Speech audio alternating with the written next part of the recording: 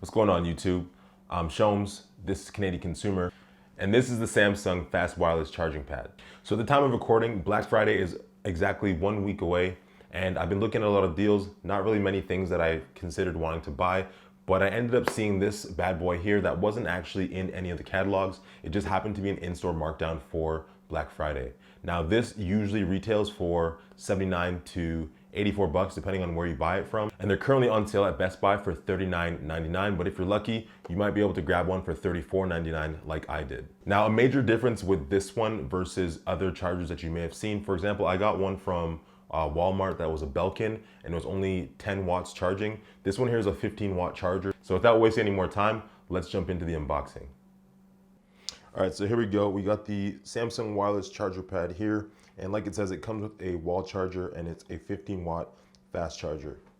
So on the side, we've got fast wireless charging, device charging, including Galaxy Watch and really any other wireless Qi compatible devices that you might have. And on the back, it really isn't much there. On the other side, fast and convenient wireless charging. So let's go ahead and open this up.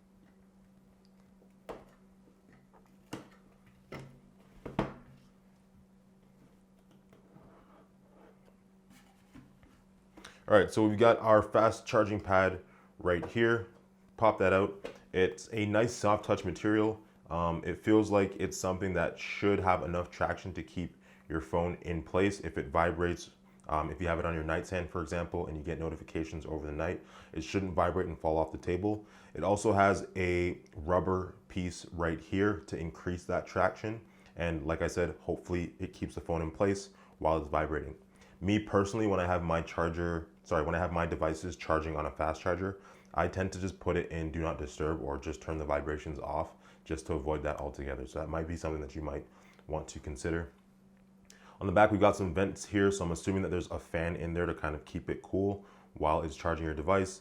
And then we have a USB-C connector right here. And then underneath, we've got the quick start guide, which, I mean, it's a charger. We don't really need to look at that, so we can throw that to the side. Here is your charging cable. I'm curious to see how long this cable was. We live in an older house, so the outlets are kind of few and far between. So this cable here looks to be about, if I had to guess, this is roughly a 3-foot cable. So it's not the longest in the game, but it should do. And then finally, we have the charging brick. So this charging brick looks pretty similar to the one that came in the Note 10 Plus. So obviously it's a fast charging brick. Cable goes into the side. This plugs into the wall. And that's pretty much it. So I'm gonna go ahead, set this up, and then start testing out how the charging works. One important thing to note is that if you are someone who's not using a Samsung device, apparently this charger doesn't actually fast charge non-Samsung devices. So it's gonna throttle down. It'll be a slower charge, but if I'm not mistaken, it's still gonna be faster than your average, let's say 5-watt wireless charger, for example. So I'm gonna throw my Note 10 Plus on this. I'm also gonna try throwing the AirPods on it, see if that picks up. Some people have said that they had issues trying to charge their Apple devices. So we'll see if all that holds true. So give me a second to set this all up and then we'll do some tests. All right, so we've got everything set up here now. I've got on the left the Samsung fast wireless charger, and I've got on the right a Belkin wireless fast charger as well. This one here is only 10 watts. This one here is 15 watts, as we've said before. And as I mentioned, this one is supposed to be able to fast charge Samsung devices only, whereas this one is just an overall fast charger. That's why it's throttled down to just 10 watts. So what I'm gonna do is I'll start off with my Samsung Galaxy Note 10 Plus. I'm gonna place it on the Belkin charger. We're gonna wait until it pops up and shows how much time is left for a full charge. And then we're gonna compare that to how much time it says is left for a full charge on the apparently faster charger. So hopefully we see some sort of difference. Talking about price points, this one here from Walmart was roughly $60, whereas this one, as we said, is currently on sale for Black Friday and was $39.99. After we're done with that, we're gonna quickly grab the AirPods Pro, throw them on both, and see if the AirPods Pro are able to be picked up by these two. We already tested that it definitely works on our Samsung, but we don't know if it's gonna work on the fast charger, so we'll see. So I'm gonna go ahead now, grab my Note 10 Plus, throw it on the Belkin. So it's at 57%. It says fast charging wirelessly, 57%, and we have 1 hour and 15 minutes until full. I'm gonna give it 30 seconds and see if that number changes at all.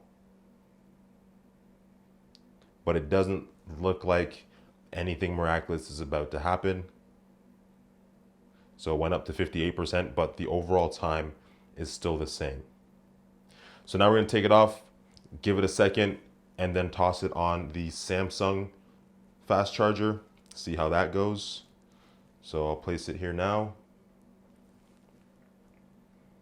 Charging wirelessly, fast charging wirelessly, 58%, and it also has a time until full of 1 hour and 15 minutes. So right now, looking at it at face value, it seems that that extra 5 watts really doesn't make a difference.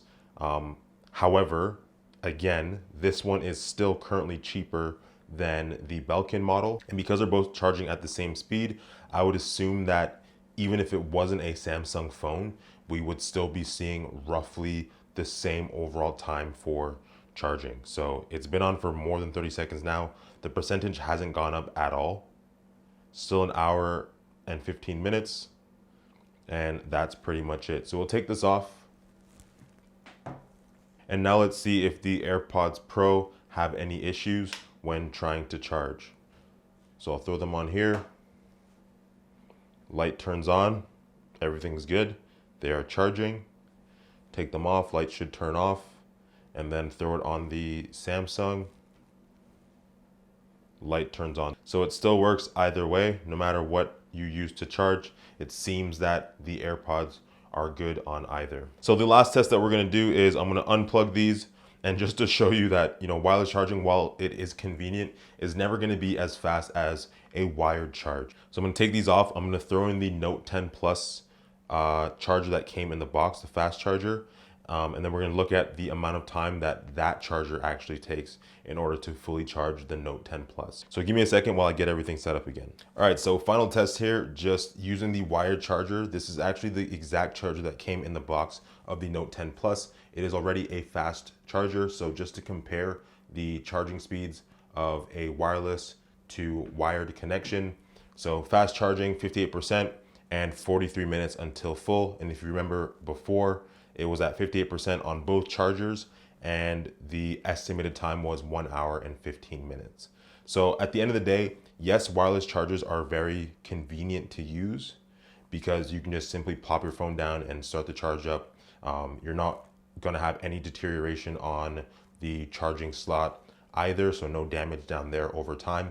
But at the end of the day, if you have a device such as this, a Note 10 Plus that already has a very fast charge, or let's say a OnePlus 7T or a OnePlus 7 Pro, for example. I'm not really sure about how the Apple iPhone 11s are doing, but in terms of these devices here, in my opinion, it's much better to just save your money, charge your phone up for 15 minutes. You're gonna get 15, 20, 25% of battery life, take it off, and then go do what you need to do. So the technology is there to charge these up so quickly now that really the convenience of a wireless charger, if you have a device with a very large battery such as this one, the convenience and the pros and cons, there's definitely far more cons slash far more time to wait to use a wireless charger than just to use a wired connection. So in my opinion, I would save the 60 bucks at Walmart, and I would save the $39.99 at Best Buy and just stick to your wired connection. But if you must grab a wireless charger, or you're really looking to grab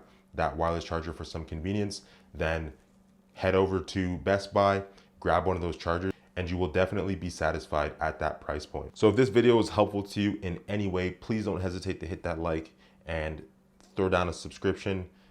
It would do wonders in helping me grow this small channel. Whether you do that or not though, still much love, and I appreciate you for watching the video this far. So peace out, guys.